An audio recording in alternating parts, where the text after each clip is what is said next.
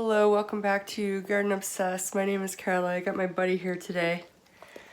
This is Lola. I am currently feeling very under the weather, with I think just like a cold and flu thing going around. And I'm trying, hey, no! Lay down, lay down. All right, now that we've stopped her scratching, for now. I'm under the weather and I'm just trying to find things to be a little productive. And I thought this might be a good, mostly indoor activity, but I did get an outside portion of it set up. So I bought this weather station over a year ago and never got around to setting it up.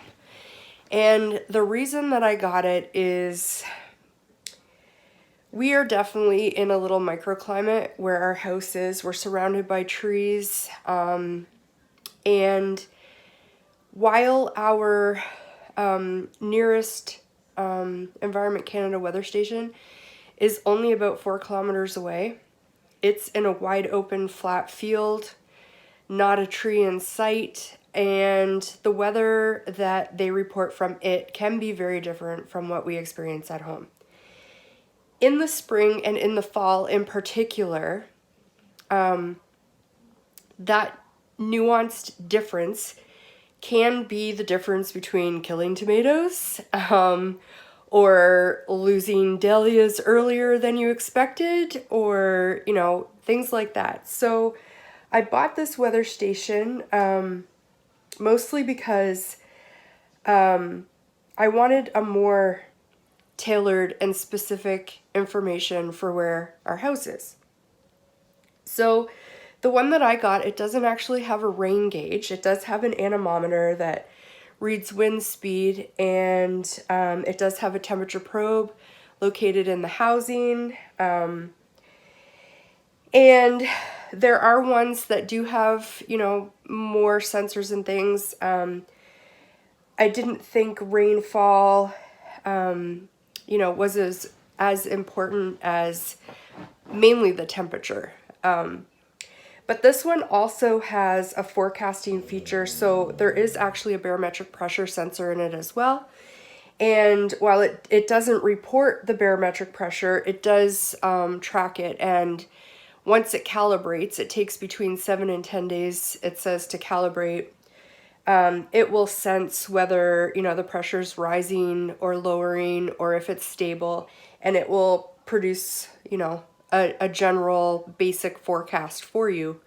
You can also set up alarms with it. So if I wanted, you know, like a frost warning, like if it gets down close to freezing, I could set up an alarm to alert me, and, you know, could run out and put frost blankets on and things. I generally keep a close eye on the forecast, but sometimes, you know, you get surprise freezes and you get, you know, caught off guard.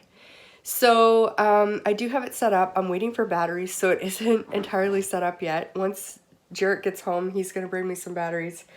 I'll show you what that looks like. And there is like a digital display that comes with it as well. So it will give you, you know, you leave that inside and it is set up. It's not Bluetooth or Wi-Fi. It has, you know, like the TVs, whatever those are called, with the red lights and things. So it will give indoor-outdoor information on humidity and temperature, and it will give me an indoor reading on the wind speed outside. And yeah, so I'll show you where I have it mounted and we'll go from there. All right, so this is where I have it mounted. It came in 3 parts. It was super easy to put together.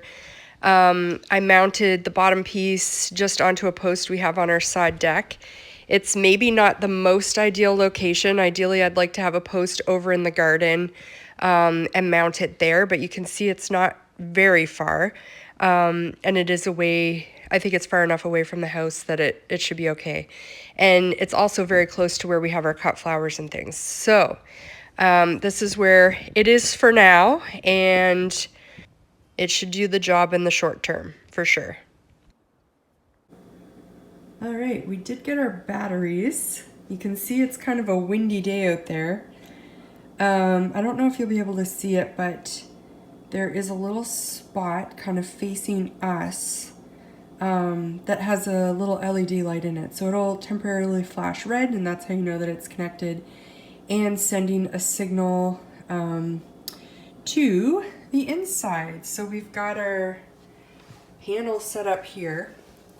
So this is what it looks like. Ignore the forecast for now because it takes 7 to 10 days for it to actually calibrate and start giving you an accurate forecast. So it's actually looked like this since I plugged it in yesterday. It's been plugged in for about 24 hours now. It's warm out right now. It's just about 9 degrees. It was up to 11 or 12 degrees earlier. It's kind of overcast now and it's gone down a little bit. And you can see here that the current wind speed is, it just jumped up, but it's about 9 kilometers an hour. The top speed today was actually over 30. So it was quite breezy, but you'll probably definitely see this in some videos over the summer. So far, I'm really liking it. I like the display. I like, you know, it was super easy to set up. I've definitely used more complicated systems than this in the past, but I really like this, especially for like a home unit. It wasn't expensive. It was, I believe it was less than $100. Like I said, you can get more complicated systems. And as I use this, I'll definitely give you guys updates and I'll let you know how I like it. I am really curious once this calibrates to see how well that feature works. But I'm feeling a lot better. The weather's improving and I can't wait to get out there and garden. So I'll leave you there with that. It's a couple days after I first started this video. It's almost Easter weekend. Well, I guess it is. It's Good Friday. So I hope you guys are able to enjoy a long weekend. I hope you're getting to spend time with family. And I thank you for watching. We'll see you next time.